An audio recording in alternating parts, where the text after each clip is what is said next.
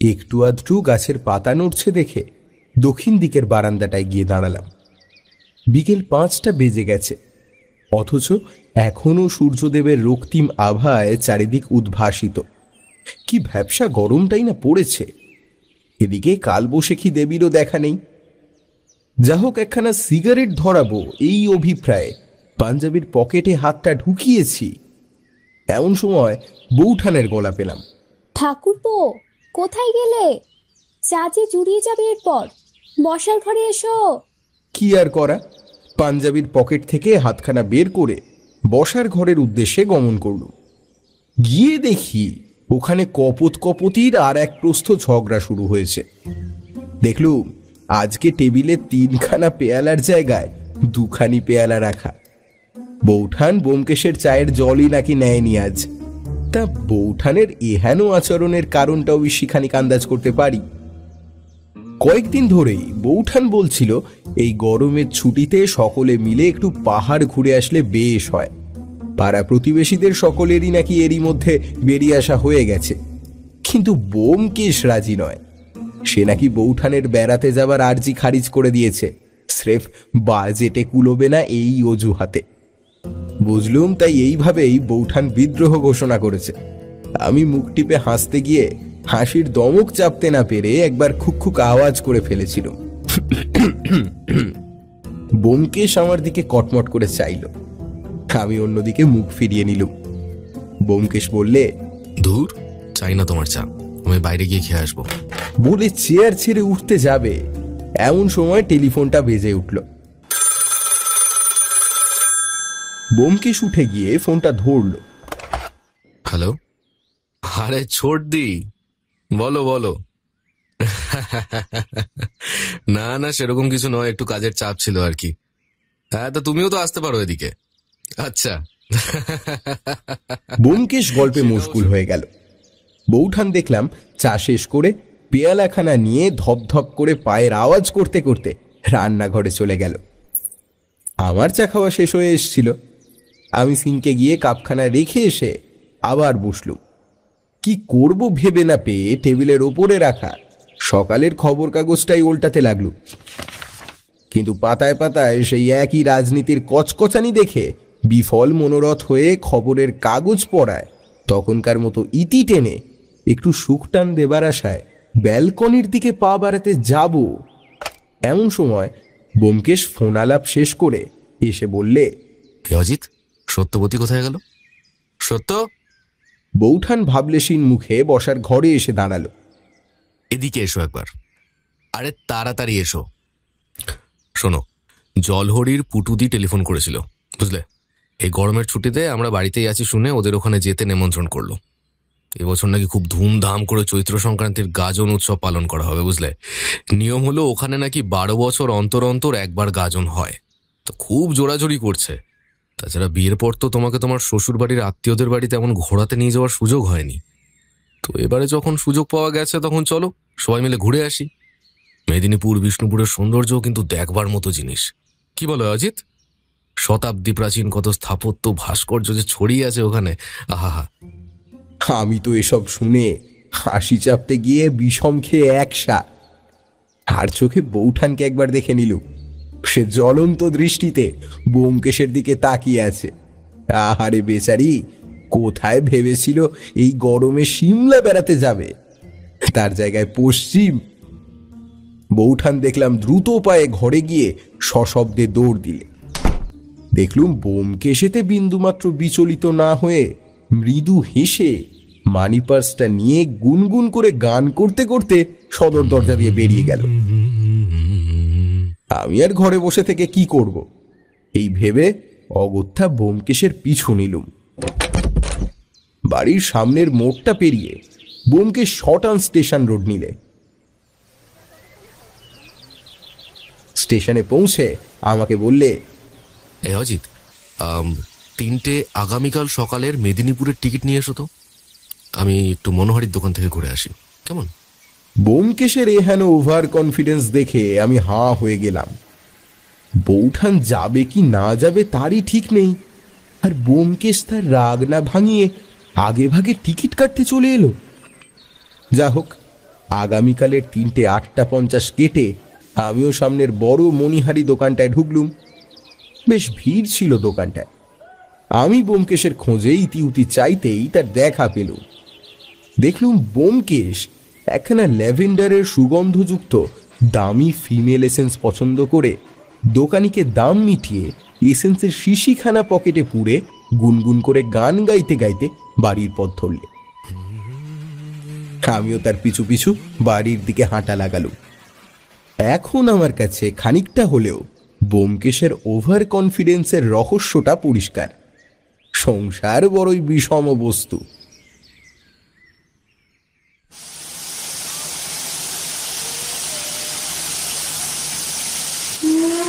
পরের দিন সকালের ট্রেনে আমরা উঠে বসেছি। গন্তব্য পশ্চিম মেদিনীপুর। একপাশে জানলার ধারের সিটে বসেছে ব্যোমকেশ আর বৌঠান, অন্য পাশে আমি। হ্যাঁ সত্য, তোমাকে আজ বেশ সুন্দর লাগছে। থাক, অত আদিক্ষিতা করতে হবে না। এ কি, পাঞ্জাবির পকেটে ওটা কি? তুমি আবার সিগারেট কিনেছো? ডাক্তারবাবু না তোমায় বারণ করেছেন? সেদিন তোমায় অত করে আমার মাথার টিপ্পি দিলাম। ও, তার মানে আমার জীবনের কোনো দাম নেই তোমার কাছে? আহা সত্য, তুমি আমায় ভুল বুঝছো। এটা আমার নয়, অজিতের। ও বেরোনোর সময় আমার কাছে রাখতে দিল। তাই ঠাকুরপো? আমি আর কি বা বলি। উঠে গিয়ে দাঁড়ালুম দরজার কাছটায়। দূর থেকে কপত কপতির কাঁচা মিঠে মৃদু প্রেমালাপ কানে ভেসে আসছে। মনে মনে আমি ব্যোমকেশের চরণে 100 কোটি নমস্কার জানিয়ে প্রাকৃতিক সৌন্দর্য আস্বাদনে মনোনিবেশ করলুম। ঘন্টা 3 লাগবে আমাদের গন্তব্য স্টেশনে পৌঁছতে। আমরা নামবো ভাদুতলায়। স্টেশনে ব্যোমকেশের দিদি গাড়ি পাঠিয়ে রাখবেন। স্টেশন থেকে আরো ঘন্টা 3 পথ যেতে হবে শুনেছি। দরজায় দাঁড়িয়ে দাঁড়িয়ে প্রকৃতির শোভা উপভোগ করতে লাগলুম। যথাসময়ে ট্রেন এসে স্টেশনে থামল।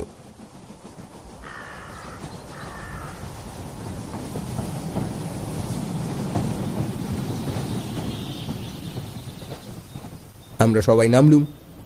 একজন ড্রাইভার আমাদের সামনে এসে বললে, আজি ব্যোমকেশ বাবু। ব্যোমকেশ সম্মতি জানাতেই তিনি আমাদের জিনিসপত্র গাড়ির ডিকিতে নিয়ে গিয়ে তুললেন। আমরা গাড়িতে উঠে বসলুম।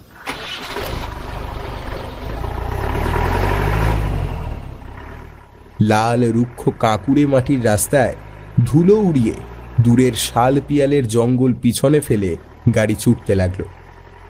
আহা, কি সুন্দর আমাদের এই বাংলাদেশ! বাংলার মুখ আমি দেখিয়াছি, তাই আমি পৃথিবীর রূপ খুঁজতে যাই না আর। সার্থক বলেছেন বটে জীবনানন্দ। প্রায় ঘন্টা 3 পরে পৌঁছলুম গন্তব্যস্থলে। গাড়ি এসে থামল মোটা মোটা থামওয়ালা একটা সাদা দোতলা বাড়ির সামনে। গাড়ির আওয়াজ পেয়েই ব্যোমকেশের দিদি জামাইবাবু বেরিয়ে এলেন। বৌঠান ব্যোমকেশের দিদি জামাইবাবুর পা ছুঁয়ে প্রণাম করতে গেলে দিদি সত্যবতীকে বাধা দিয়ে বুকে জড়িয়ে ধরলেন। ব্যোমকেশ সবার সাথে আমার পরিচয় করিয়ে দিল। আমাদের সাদর আপ্যায়ন করে বাড়ির ভিতরে নিয়ে যাওয়া হলো। সেদিন দুপুরে ভুরিভোজ শেষে পথশ্রমে ক্লান্ত আমরা বিছানায় গা এলিয়ে দিল।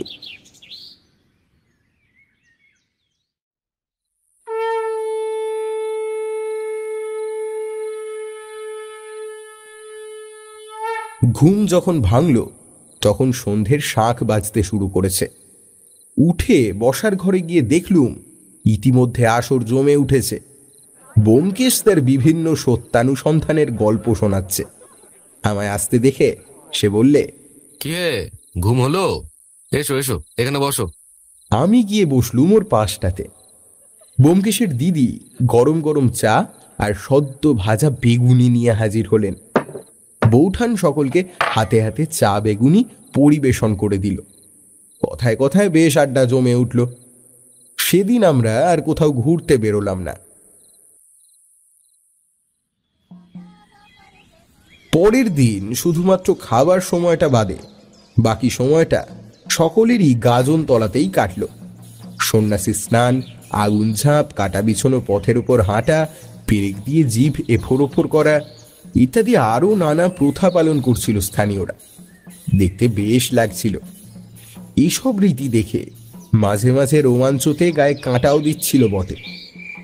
এমনই করে কখন রাত গভীর হলো আমরা কেউই টের পেলুম না। তখন রাত 11টা। বৌঠান বললে, ওদিকটাই এখনই ছৌ নাচ শুরু হবে বলছিল ছোট ঠাকুরজি। চলো না, ওই দিকটায় গিয়ে বসি। চলো, কলকাতায় তো এসব খুব একটা চোখে পড়ে না, দেখেই আসি। আমরা গাজনতলায় শিব মন্দিরের পিছন দিকের মাঠে গেলুম। এইখানে ছৌ নাচের আয়োজন করা হয়েছে। একপাশে দেখলুম শিল্পীরা সব বিশাল বিশাল আকারের মুখোশ ও ভারী ভারী পোশাক পরে তৈরি হচ্ছেন, আর অন্য পাশে গাইয়েদের দল বাজিয়েদের সাথে কি সব যেন পরামর্শ করছে। আমরা মঞ্চের সামনে সারি দিয়ে রাখা চেয়ারগুলোয় বসলুম। কিছুক্ষণ বাদে দর্শকদের ভিড় বেশ জমে গেল। খানিক পরেই শুরু হলো অপূর্ব ছৌ নাচ। সেদিন আমাদের বাড়ি ফিরতে ভোর হয়ে গেল। যথারীতি পরের দিন আমাদের সকলেরই ঘুম থেকে উঠতে বেশ খানিকটা দেরিই হলো। হাত মুখ ধুয়ে গরম গরম লুচি আলুর তরকারি আর চা সহযোগে জল খাবার শেষ করে ব্যোমকেশের জামাইবাবু দীপাঞ্জন দাকে জিজ্ঞেস করলুম, দীপদা, আজকের আকর্ষণটা কি? আপাতত দুপুরে দেশি মুরগির গরম লাল লাল ঝোল সহযোগে গরম গরম ভাত, তারপর বিকেল বেলায় অমৃত পাকের জিলিপি, আর রাত্রিবেলা বিয়ে বাড়ির ভোজ।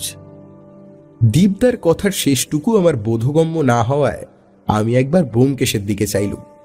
আরে ভাইয়া, চাপ নিও না, আমরা এখানেই ধরে বেঁধে তোমার বিবাহ সম্পন্ন করে দেবো না।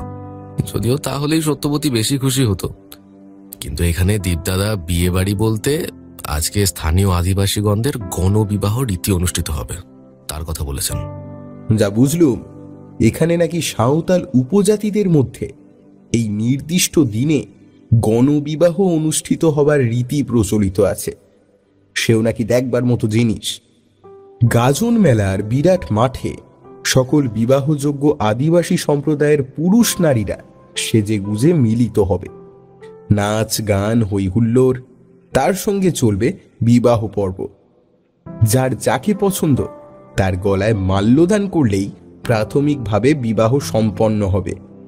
এসব শুনে বৌঠান আজকের দিনটার জন্য ভারী উৎসাহী হয়ে উঠল। বৌঠানের এহেন উৎসাহ দেখে ব্যোমকেশ টিপ্পনি কাটল, অজিত, তোমার বৌঠানের এখানে উৎসাহ তো আমায় বেশ ভাবাচ্ছে। আজ আবার তোমার বৌঠান কারো গলায়। উপস্থিত সকলে হেসে উঠল। বৌঠান একবার কটমট করে ব্যোমকেশের দিকে অগ্নিদৃষ্টি দিয়ে রান্নাঘরের দিকে চলে গেল। উৎসব অনুষ্ঠান, খাওয়া দাওয়া, রোজ এদিক ওদিক দর্শনীয় স্থান ভ্রমণ, এসব করে বেশ দিন কাটছিল। একদিন দীপদা বললেন, কিছু দূরে কর্ণগড় বলে একটা জায়গা আছে, ওইখানেই ভীষণ জাগ্রত বাবা চপ্পলেশ্বর এবং মা মহামায়া দেবীর অতি প্রাচীন মন্দিরও আছে। সেটাও এক দর্শনীয় স্থানই বটে। একদিন তাহলে সপরিবারে যাওয়া যাক মায়ের মন্দির দর্শনে। মন্দিরের কথা শুনে বৌঠানের মুখ ভীষণ উজ্জ্বল হয়ে উঠল। তার আবার দেবদ্বিজে ভীষণ ভক্তি। সে বললে, শুভ কাজে দেরি না করে বরং কালই বেরোনো ভালো। সবাই সম্মতি জানালো। পরদিন সকালে স্নান সেরে আমরা সকলে বেরুলুম কর্ণগড়ের মহামায়া মন্দিরের উদ্দেশ্যে।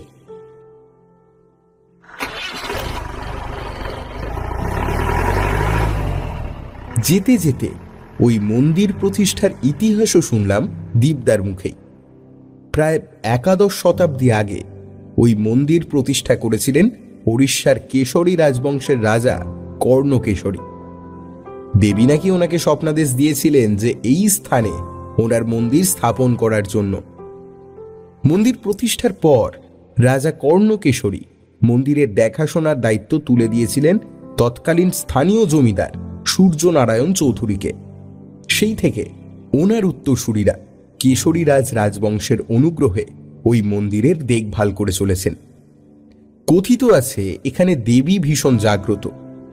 এই দেবীর কৃপাতেই নাকি আজ এত বছর পরেও ওনাদের সম্পত্তি, প্রভাব প্রতিপত্তি বিন্দু মাত্র কমেনি, উল্টে উত্তরোত্তর বেড়েছে।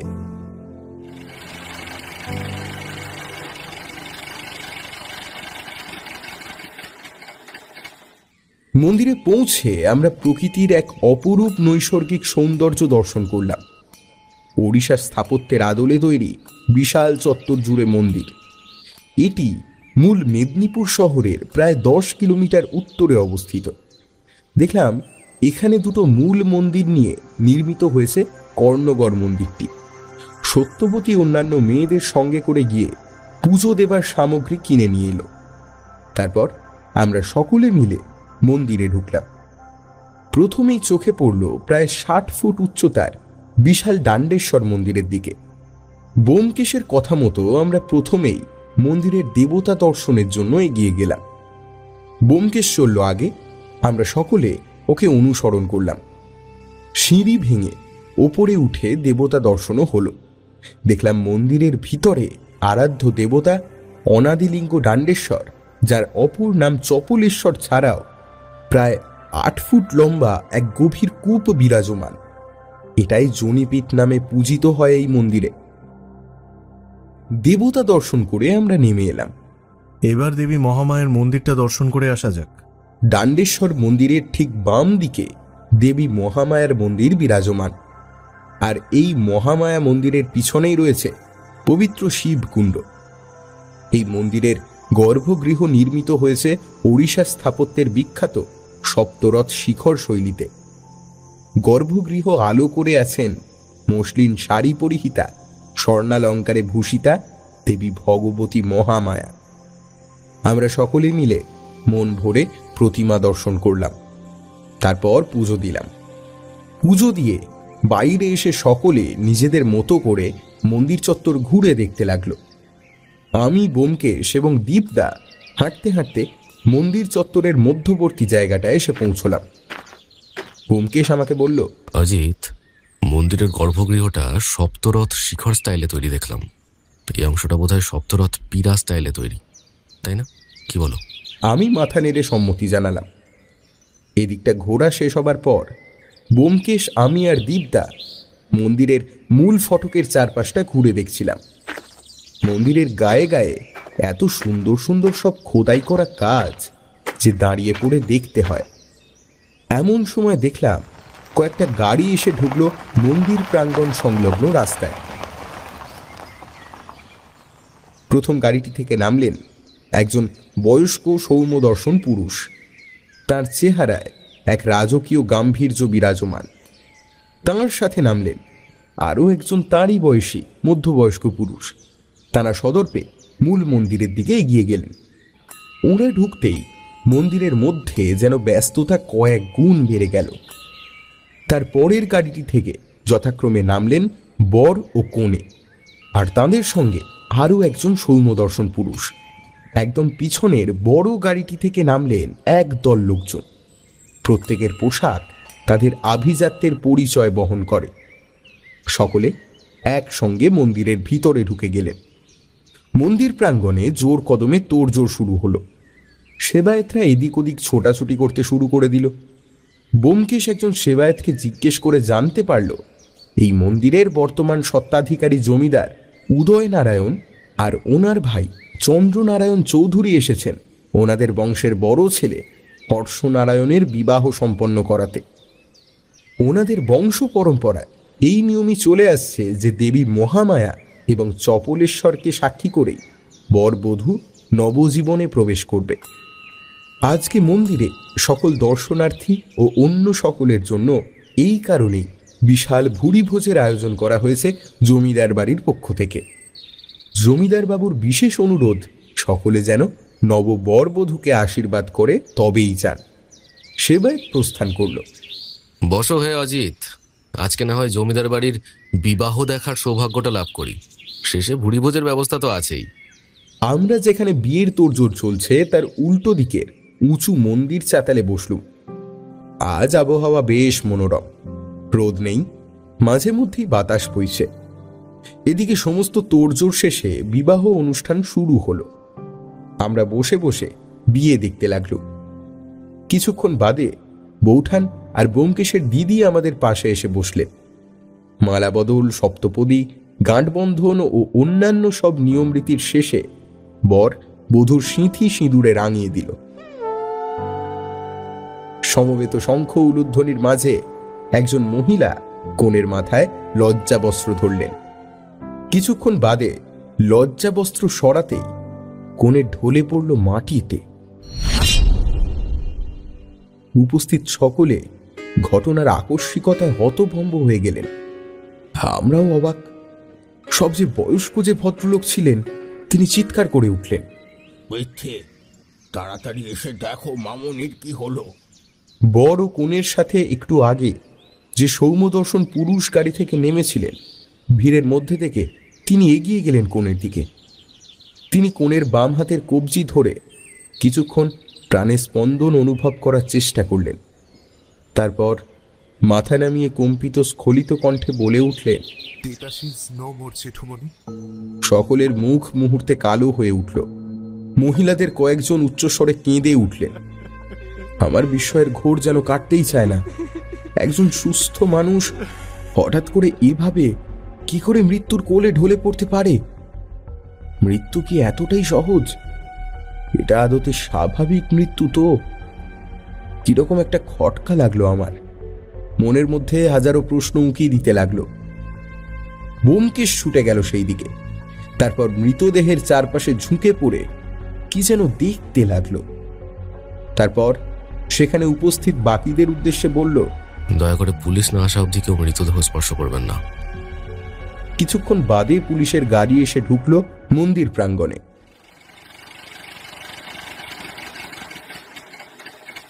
অফিসার ইনচার্জ মন্দিরে ঢুকেই ব্যোমকেশকে দেখতে পেয়ে বললেন, আরে ব্যোমকেশ বাবু, আপনি এখানে? অজিতবাবু আছেন দেখছি। আপনাদেরকেও খবর দিয়েছেন নাকি এনারা?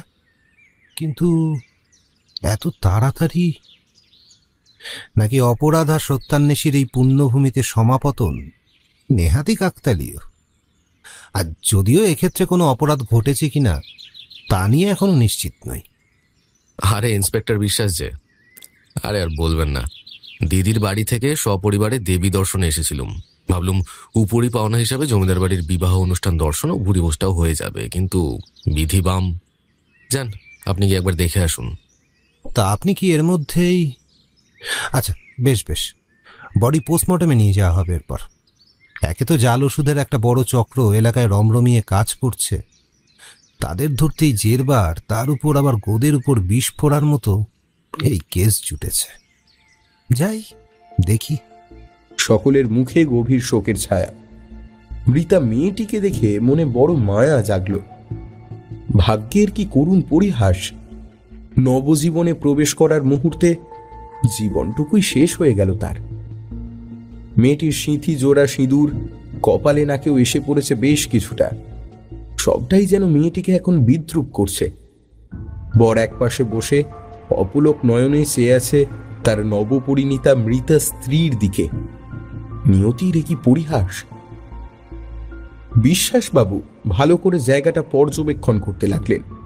কিছুক্ষণ পরে মেয়েটির মৃতদেহ ময়না তদন্তের জন্য নিয়ে যাওয়া হলো নিকটবর্তী হাসপাতালে। ইন্সপেক্টর বিশ্বাস চৌধুরী মশাইয়ের কাছে গিয়ে বললেন, স্যার, বুঝতে পারছি আপনাদের পরিবারের উপর দিয়ে এক বিশাল বিপর্যয় ঘটে গেছে, কিন্তু আমাদেরকে আমাদের তদন্তের স্বার্থে সকলকে জিজ্ঞাসাবাদ শুরু করতে হবে।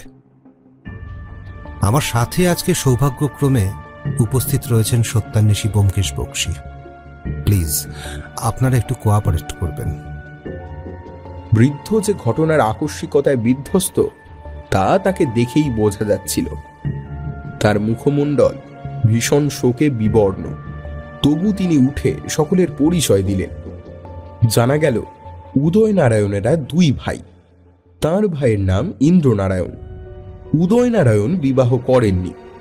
ইন্দ্রনারায়ণ এবং ইন্দিরার দুই পুত্র যথাক্রমে হর্ষনারায়ণ এবং পৃথ্বীনারায়ণ। হর্ষনারায়ণই বর্তমান তাদের পৈতৃক ঔষধের ব্যবসা দেখাশোনা করছেন। পৃথ্বীনারায়ণ পেশায় একজন সুপ্রতিষ্ঠিত ডাক্তার। বিদেশ থেকে পড়াশোনা শেষ করে এসে নিচের এলাকাতেই একটি সর্বসুবিধাযুক্ত হাসপাতাল খুলেছেন মানুষের চিকিৎসার জন্য। ভিকটিম তিতাস গোমস ছেলেবেলায় পিতৃমাতৃহারা হন। জমিদার উদয় নারায়ণ তিতাস দেবীকে কন্যা স্নেহে পালন করেছেন। তিতাস দেবী পৃথ্বীনারায়ণের সাথেই বেড়ে উঠেছেন। একসাথে পড়াশোনা, এবং তারপর বিদেশ যাওয়া। ডাক্তারি পাশ করে উনিও পৃথ্বীনারায়ণের সাথে একই হাসপাতালে যোগ দিয়েছেন। ছেলেবেলা থেকেই উনি জমিদার বাড়ির বড় ছেলে হর্ষনারায়ণের বাগদত্তা। বিদেশ থেকে ফিরে তিতাস দেবী হাসপাতালের কাছেই একটি বাড়ি নিয়েছেন এবং তিনি ওখানেই থাকতেন। কারো কোনো বারণ শোনেননি। এছাড়া উপস্থিত আছেন হাসপাতালের কয়েকজন কর্মী, পৃথ্বীনারায়ণ এবং তিতাস দেবীর ঘনিষ্ঠ বন্ধু ডাক্তাররা, আর আছেন জমিদার বাড়ির কয়েকজন আত্মীয়। জিজ্ঞাসাবাদ করে আরও জানা গেল তিতাস দেবীর কোনো রকম অসুস্থতা ছিল না। তিনি ভীষণ স্বাস্থ্য সচেতন ছিলেন। তার এই আকস্মিক মৃত্যু একেবারেই অস্বাভাবিক। কেউই এটা মেনে নিতে পারছেন না। রুটিন জিজ্ঞাসাবাদ শেষ হলে ইন্সপেক্টর বিশ্বাস মন্দিরটাকে ক্রাইম স্পট হিসাবে তদন্ত চলাকালীন সময় পর্যন্ত সিল করে দিলেন। ব্যোমকেশও সেরকম কিছু না বলে বেরিয়ে এলো। তারপর আমরা রওনা দিলুম তিতাস দেবীর নতুন বাড়ির উদ্দেশ্যে।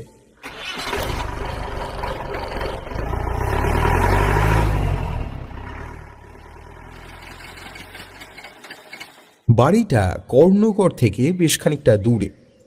জায়গাটা মফস্বলও বলা চলে। বিশাল কম্পাউন্ডের মধ্যে দাঁড়িয়ে থাকা বারান্দা ঘেরা সাদা বাড়িটা আভিজাত্যের আভাস দেয়। ঢুকতেই গেটের দুপাশে কেয়ারি করা ফুলের বাগানটা চোখে পড়ার মতোই। বাড়িটায় দুটো শোয়ার ঘর, একটা রান্নাঘর আর একটা পড়ার ঘর। আমরা ভিতরে ঢুকেই চমকে উঠলাম। ঘর প্রায় লণ্ডভণ্ড হয়ে রয়েছে।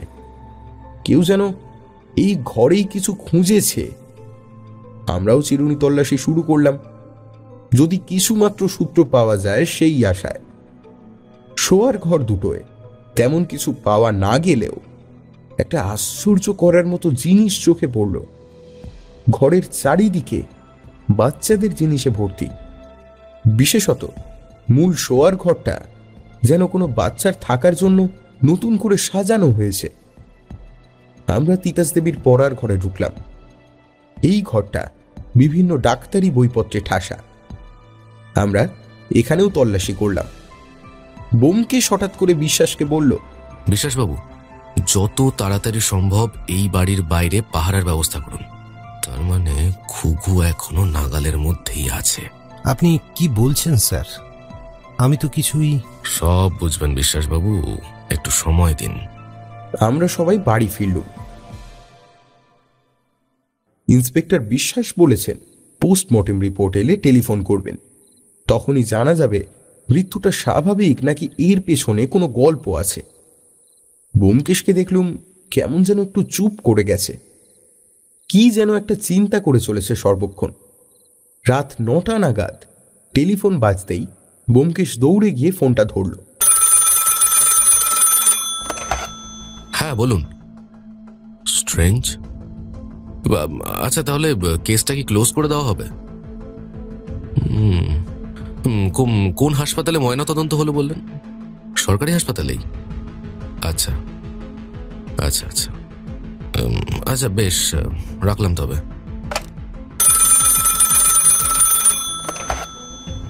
ও, উদয়নারায়ণ বাবু, নমস্কার। হ্যাঁ বলুন। আচ্ছা, বেশ। উদয়নারায়ণ বাবু ফোন করেছিলেন। বিশ্বাসের কাছ থেকে আমার টেলিফোন নাম্বারটা নিয়েছেন। বললেন তিতাসের মৃত্যু উনি কিছুতেই মেনে নিতে পারছেন না। একটা সুস্থ মানুষ এভাবে হঠাৎ করে চলে যেতে পারে না। এই মৃত্যুর পিছনে নিশ্চিত কোনো রহস্য আছে বলে ওনার বিশ্বাস। তাই উনি এই কেসটা দেখতে অনুরোধ করলেন আমাকে। আমারও ব্যাপারটা একটু খটকা লাগছে, বুঝলে। দাঁড়াও, বিশ্বাসকে একটা ফোন করে আসি। কালকে ভাবছি একবার জমিদার বাড়িতে যাব। পরের দিন বিশ্বাসবাবু পুলিশের জিপ নিয়ে এসে হাজির হলেন। আমরা প্রথমে জমিদার বাড়ির উদ্দেশ্যে রওনা দিলাম।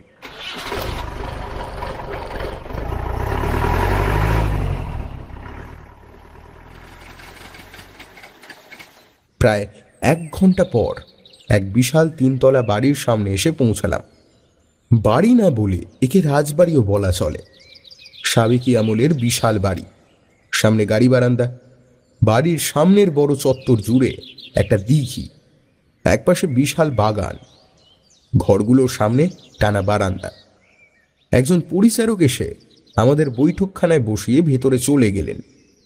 সাথে সাথে একজন পরিচারিকা এসে শরবত আর মিষ্টি রেখে দিয়ে গেল। কিছুক্ষণ বাদে উদয়নারায়ণ বাবু নেমে এলেন। বললেন তদন্তের স্বার্থে সব রকম সহযোগিতা উনি করতে রাজি আছেন। আমি আরো সকলকে একটু জিজ্ঞাসাবাদ করতে চাই, যদি অনুমতি দেন। আপনি বলুন, কার সাথে প্রথমে কথা বলতে চান? আমি ডেকে পাঠাচ্ছি। এমনিতে সকলে এই সময় বাড়িতে থাকে না, কিন্তু বিয়ে উপলক্ষে সকলেই 3টে দিন ছুটি নিয়েছিল। কালকে হর্ষ আর আমার মামুনির প্রীতিভোজ হবার কথা ছিল, আর তার জায়গায় কাল আমাকে নিজের হাতে মামুনির শ্রাদ্ধানুষ্ঠানের আয়োজন করতে হবে। হায় ঈশ্বর, জানি না কোন পাপে মহামায়া আমাকে এমন শাস্তি দিলেন। উদয়নারায়ণ বাবু, আপনি নিজেকে শক্ত করুন। আপনি ভেঙে পড়লে কিভাবে চলবে? কাউকে ডেকে পাঠাতে হবে না। আমি আপাতত হর্ষনারায়ণ বাবুর সাথে একটু কথা বলতে চাই। উনি কোথায় আছে জানালে আমরা নিজেরাই ওনার সাথে কি কথা বলে নেব। হর্ষ তো কাল থেকে সেই যে ঘরে দৌড় দিয়েছে, এখনো বেরোয়নি। সিঁড়ি দিয়ে দোতলায় উঠে বাঁদিকে 2টো ঘর পরেই ওর ঘরটা। আমরা দোতলায় উঠে হর্ষনারায়ণ বাবুর ঘরের সামনে এসে দাঁড়ালাম।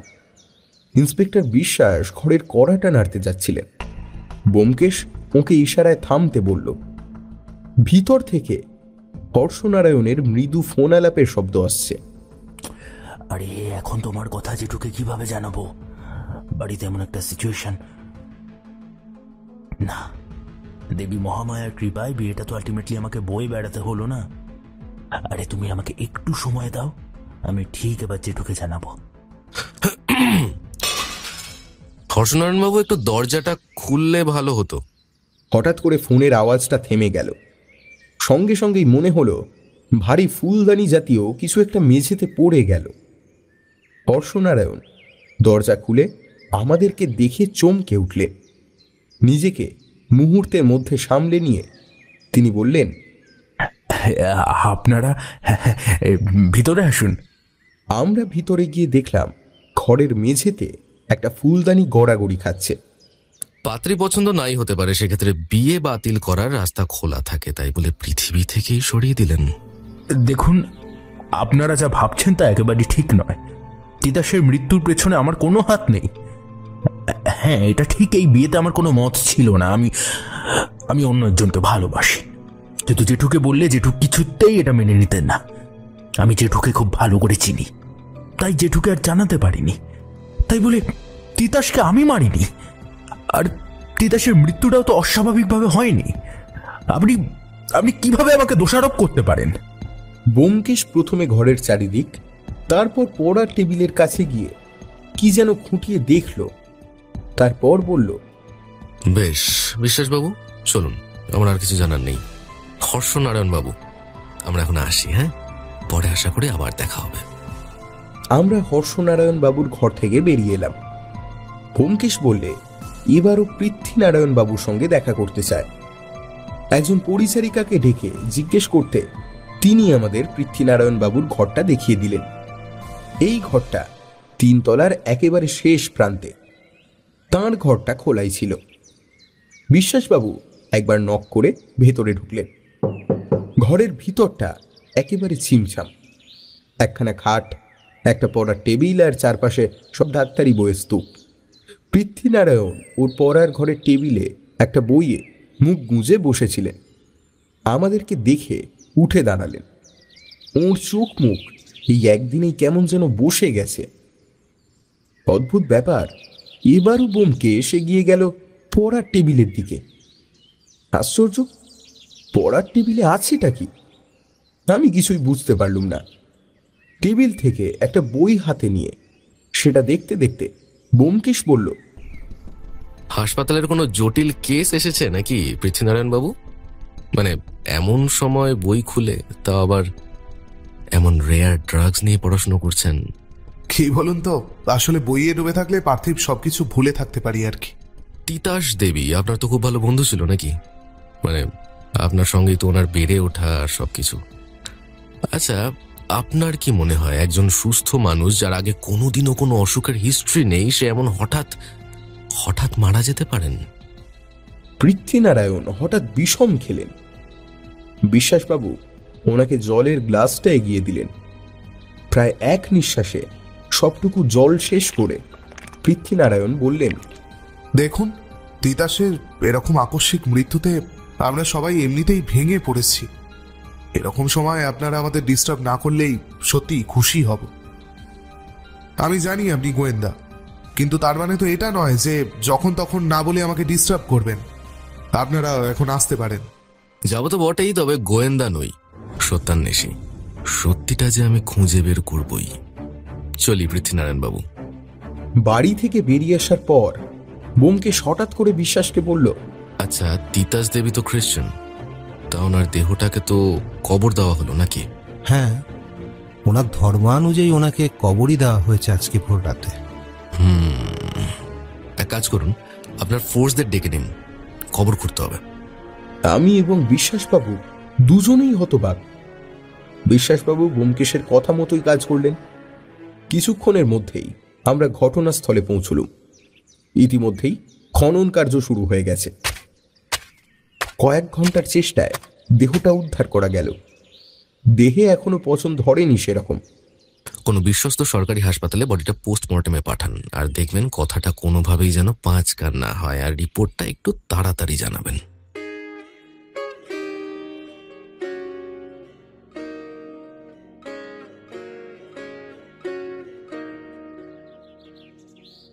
বিশ্বাসবাবু আমাদের বাড়ি পৌঁছে দিলেন। বাড়ি ফিরে দেখলুম বৌঠানের মুখ ভার। তার রাগের কারণ বুঝতে পারলুম। বোমকেশ যে সেই কেস নিয়ে ব্যস্ত হয়ে পড়েছে, ব্যাস, আর তার অন্য কোনো দিকে নজর নেই। আর এই হলো বৌঠানের অভিমানের কারণ। কিন্তু বোমকেশের কোনো দিকে কোনো ভ্রুক্ষেপ নেই। সে যেন গভীর চিন্তায় মগ্ন। রাতের দিকে বিশ্বাসবাবুর ফোন এলো। দেখা গেল বোমকেশের সন্দেহই ঠিক। তিতাস দেবীর মৃত্যুটা স্বাভাবিক নয়। তিতাস দেবীর ফুসফুসে পোলেনিয়াম নামক এক মারাত্মক বিষাক্ত ধাতুর ট্রেস পাওয়া গেছে। সামান্য পোলেনিয়ামও যদি কোনোভাবে নিঃশ্বাসের সঙ্গে বা ইনজেকশনের মাধ্যমে কারো শরীরে প্রবেশ করে, তবে সে সঙ্গে সঙ্গে মৃত্যুর কোলে ঢলে পড়বে। তিতাস দেবীর ক্ষেত্রে হয়েছে প্রথমটা। উনি কোনোভাবে পোলেনিয়াম ইনহেল করেছিলেন। আরও একটা মারাত্মক কথা জানা গেছে পোস্টমর্টেম রিপোর্টে। সেটা হলো তিতাস দেবী নাকি 6 সপ্তাহের প্রেগনেন্ট ছিলেন। আরও একটা বিষয় জানা গেল, ঘণ্টাখানেক আগে কেউ বা কারা তিতাস দেবীর বাড়িতে ঢোকার চেষ্টা করেছিল। হাততাই পলাতক। পুলিশ অনেক চেষ্টা করেও তাদের ধরতে পারেনি। বোমকেশ বিশ্বাসবাবুকে পরদিন সকালে আসতে বলে দিল। সে একবার চৌধুরীদের হাসপাতালে যেতে চায়।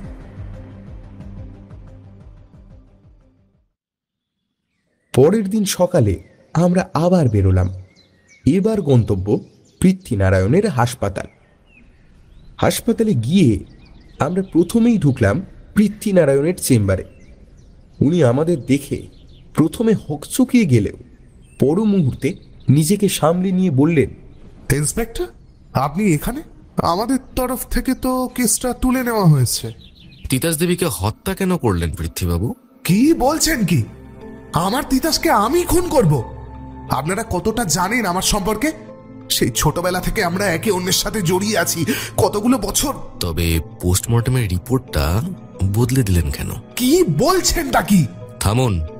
আমরা খবর নিয়ে দেখেছি হাসপাতালে যে ডাক্তার তিতাস দেবীর পোস্টমর্টেম করেছিলেন তিনি তো আপনার বিশেষ পরিচিত, আর সেই পরিচিতির সুযোগ নিয়ে আপনি রিপোর্ট বদলে দিতে বলেন ডাক্তারকে, আর ভাবলেন কেউ জানবে না, কেস ক্লোজড।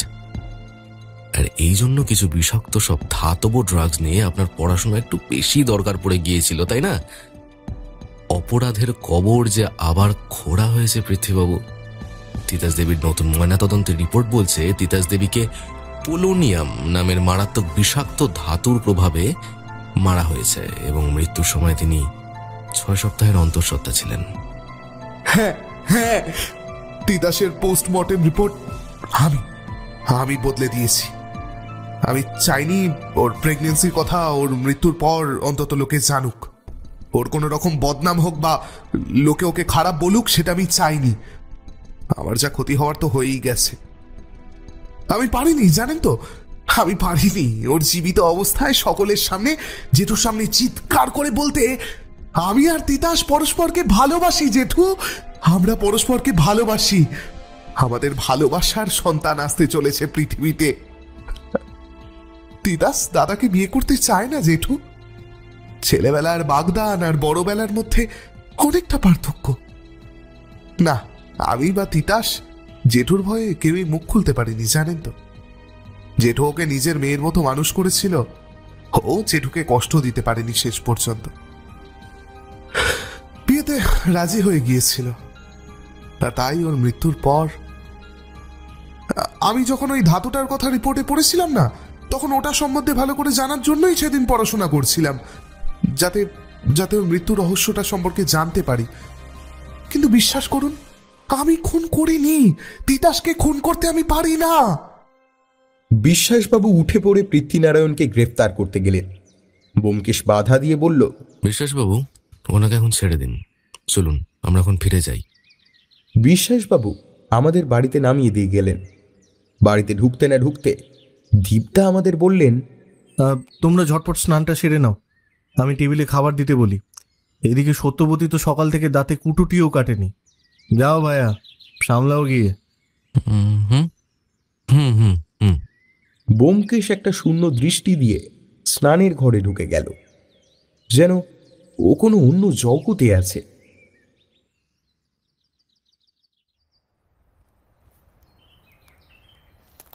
রোজকার মতো দুপুরের খাওয়া শেষ করে আমরা বাড়ির পিছনের জঙ্গলের রাস্তায় একটু হাঁটাহাঁটি করছিলাম। ব্যোমকেশ আজকে কোনো কথা না বলে চুপচাপ আমার পাশাপাশি হাঁটছিল। আমি প্রথম নীরবতা ভঙ্গ করে প্রশ্ন করলাম, কি ব্যাপার বলো তো ব্যোমকেশ, এত কি চিন্তা করছো? কিছুতেই মিলছে না অজিত, মনে হচ্ছে অনেক জিনিস এখনো আধারে। চলো এখন বাড়ি চলো, কাজ আছে। আমিও ব্যোমকেশের পিছু পিছু বাড়ির দিকে চললাম।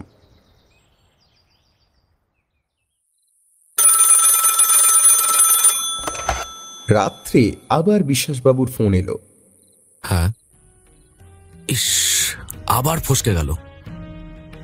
পাহাড়া বাড়িয়ে দিন। হ্যাঁ, সকালে যাচ্ছি। কি ব্যাপার ব্যোমকেশ? ব্যাপার গুরুতর। বারে বারে ঘুঘু তুমি খেয়ে যাও ধান। পরদিন আমরা যখন তিতাস দেবীর বাড়িতে পৌঁছল, তখন ঘড়িতে দুপুর 1টা। ব্যোমকেশ এবং বিশ্বাসবাবু আবার তল্লাশি শুরু করলেন। লেখার টেবিলের উপর একটি পিন দিয়ে গাঁথা রয়েছে কিছু পুরনো রসিদ। ব্যোমকেশ সেগুলোকে দেখতে দেখতে এক জায়গায় থমকে দাঁড়ালো। তারপর একটা ময়লা রসিদ পিন থেকে খুলে নিয়ে খুঁটিয়ে দেখতে লাগলো। তার মুখে ফুটে উঠল অদ্ভুত এক ঔজ্জ্বল্য। হঠাৎ দরজা খুলে ব্যোমকেশ বাইরের দিকে যাওয়ার জন্য দৌড়লো। তার আগে বলে গেল, তোমরা এখানেই দাঁড়াও অজিত, আমি এখনই আসছি। ব্যোমকেশ যেভাবে দৌড়ে বার হয়ে গিয়েছিল ঠিক সেভাবেই ফিরে এলো কিছুক্ষণ পর। বাইরের গেট খুলে কম্পাউন্ডে ঢোকার পর সরাসরি সে বাড়িতে না ঢুকে আমরা যে ঘরে দাঁড়িয়েছিলাম সেই ঘরেরই জানলার নিচে কিছুক্ষণ পায়চারি করলো। তারপর ঘরে এসে বলল, খনি পর্যন্ত তো পৌঁছানো গেল, কিন্তু কিভাবে কিভাবে কিভাবে এই খুনটা হলো? আমার ভিতরটা লাফিয়ে উঠল। খুনি কে তা জানা গেছে। খুনির পরিচয় জানার জন্য আমি ভিতরে ভিতরে অস্থির হয়ে উঠলাম। কিন্তু আমি জানি ব্যোমকেশ এখন কিছুতেই মুখ খুলবে না। বিশ্বাসবাবু আমাদের বাড়ি পৌঁছে দিলেন।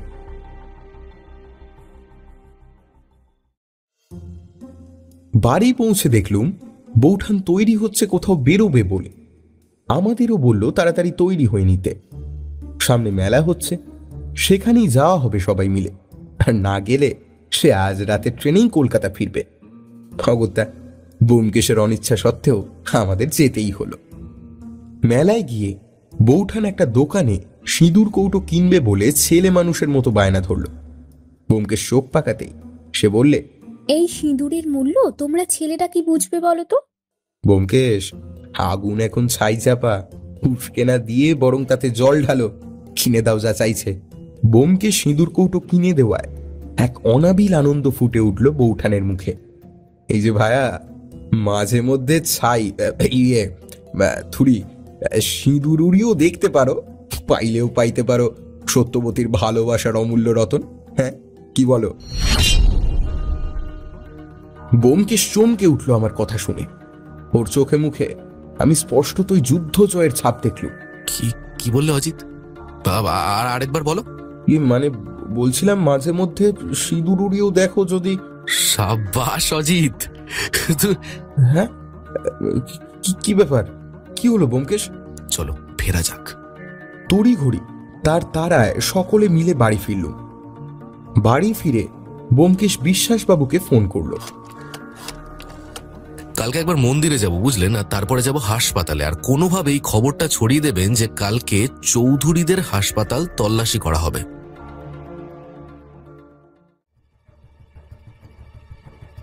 পরের দিন মন্দির হয়ে আমরা পৌঁছলুম হাসপাতালে ছদ্মবেশে। ঔষধের স্টোর রুমে গিয়ে খাপটি মেরে বসে রইলুম কিছুক্ষণ পর এক ছায়ামূর্তি প্রবেশ করলো সেখানে। পুরনো সব ওষুধ দ্রুত হাতে বস্তাবন্দি করে নতুন ওষুধ রাখতে লাগলো। You are under arrest doctor Animesh Basu. নমস্কার, আমি সত্যান্বেষী। বলছিলাম যে জাল ওষুধের ব্যবসার সঙ্গে যুক্ত থাকার জন্য আপনাকে হেফাজতে নেওয়া হলো। আমাদের দেখে অনিমেষবাবু হকচকিয়ে গেলেন, কিন্তু মুহূর্তের বিস্ময়ের ঘোর কাটিয়ে তিনি পালাতেও গেলেন, সক্ষম হলেন না। ব্যোমকেশের কথা মতো বিশ্বাসবাবু আগেই পুলিশ পাহারার ব্যবস্থা করেই রেখেছিলেন। অগত্যা তারা অনিমেষবাবুকে ধরে ফেলল। আমি এবং বিশ্বাসবাবু তো অবাক। জাল ওষুধ? কি বলছো ব্যোমকেশ?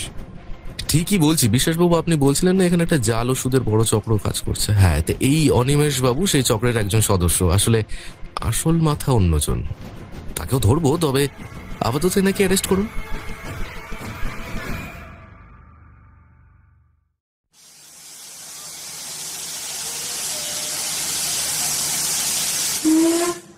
পরের দিন সকালের ট্রেনে আমরা কলকাতা রওনা দিল। চৌধুরী বাড়ির বড় ছেলে হর্ষনারায়ণ অবশ্য ততক্ষণে পুলিশি হেফাজতে। গতকাল রাত্রেই পুলিশ তাকে অ্যারেস্ট করেছে জাল ওষুধ তথা তিতাস দেবীর হত্যাকারী হিসাবে। দীপদা আমাদের স্টেশনে পৌঁছে দিতে এলেন। ট্রেন ছাড়লে বৌঠান বলল, এই যে মশাই, যেতে যেতে আপনার রহস্য সমাধানের গল্পটা এবার কি আমাদের বলা যাবে? ব্যোমকেশ বলল সে বলতে পারে যদি তাকে একটা সিগারেট খাওয়ার পারমিশন বৌঠান দেন। অগত্যা প্রবল অনিচ্ছা সত্ত্বেও বৌঠান এক প্রকার বাধ্য হয়েই সম্মতি জানালে।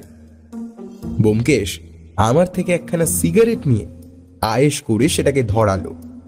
তারপর গুছিয়ে বসে বলতে শুরু করলো। প্রথম পোস্টমর্টেম রিপোর্টটা আমার স্বাভাবিক লাগেনি। তারপর তিতাস দেবীর বাড়ি গিয়ে দেখলাম চারিদিকে বাচ্চার ছবি। এরকমটা সাধারণত কোনো মা হতে চলেছেন বা সদ্য পিতামাতা হয়েছেন এমন মানুষরাই করে থাকেন, কিন্তু তিতাস দেবীর তো কোনো সন্তান ছিল না। আমার মনে হয় উনি নিশ্চয়ই অন্তঃসত্ত্বা ছিলেন। এদিকে ওনার রিপোর্টে তো তেমন কিছুই ছিল না। এখানেই আমার প্রথম সন্দেহটা হয়। সৌভাগ্যক্রমে তিতাস দেবী খ্রিস্টান হওয়ায় ওনার বডিটা আমরা পুনরায় পোস্টমর্টমের সুযোগ পাই। তাতেই জানা যায় যে আমার সন্দেহ ঠিক। এদিকে পোস্টমর্টমের রিপোর্ট পৃথ্বীনারায়ণের ঘনিষ্ঠ ডাক্তারের টেবিল হয়ে পাস হয় এবং নিজের পরিচিতর সুযোগে তিনি তা বদলেও দেন। তাই আমার প্রথম সন্দেহের তীর ওনার দিকেই যায়। দেখা যায় উনি ওনাদের সম্পর্ক এবং তিতাস দেবীর প্রেগন্যান্সির কথাটা যাতে জানাজানি না হয় সেই জন্য রিপোর্ট বদলেছিলেন। অথচ মজার কথা, সে সন্তান ওনার ছিলই না। আমি আর বৌঠান দুজনেই চমকে উঠলাম। মানে কি বলছো ব্যোমকেশ? এ সন্তান তবে কার? ফুরিয়ে আসা সিগারেটটা শেষ টান দিয়ে আঙুলের টোকায় ব্যোমকেশ সেটাকে জানলার বাইরে ফেলে দিল। তারপর বলল, ধৈর্য ধরো হে বন্ধু, বলছি।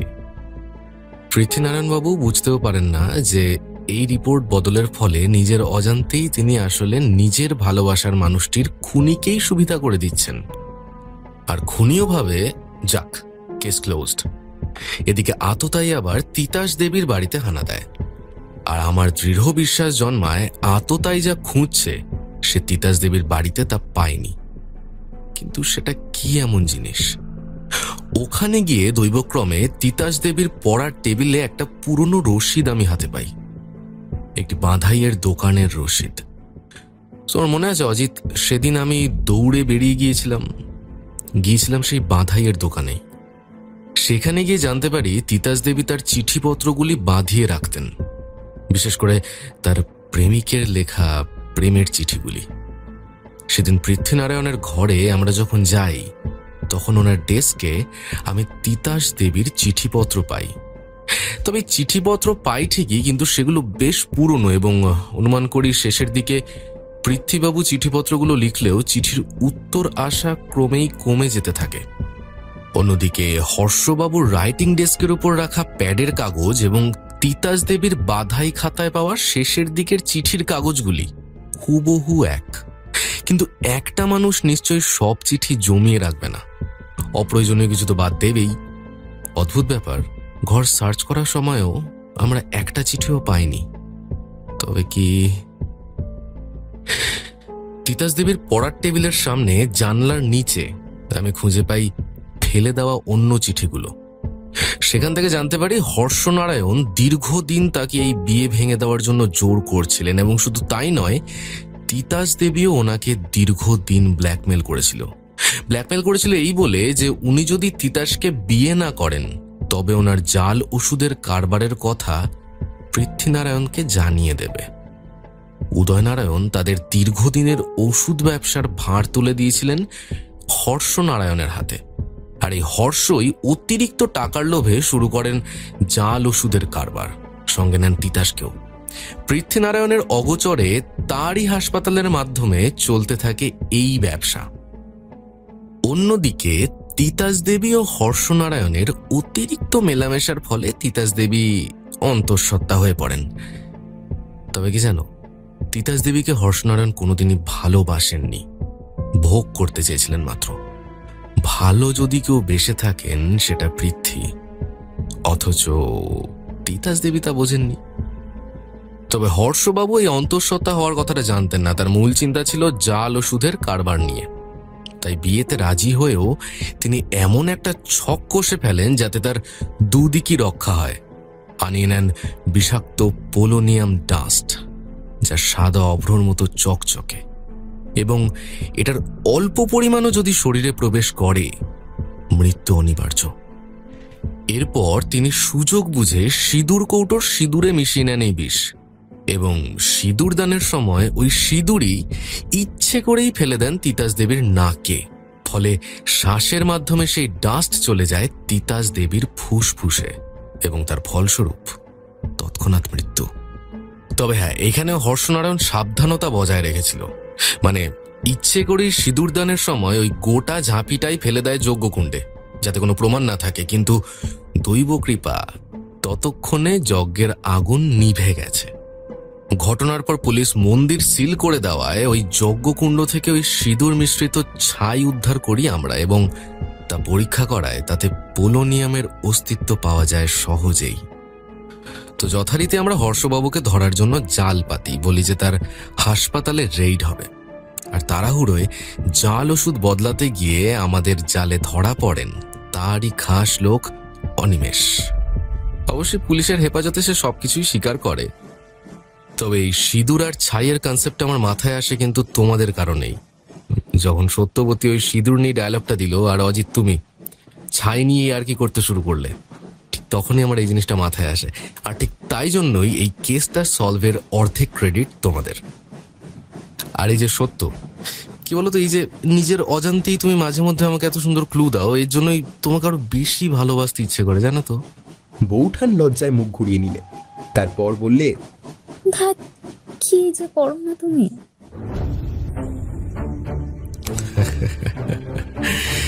যেখানে দেখিবে ছাই উড়াইয়া দেখো তাই, পাইলেও পাইতে পারো অমূল্য রতন। কি বল অজিত?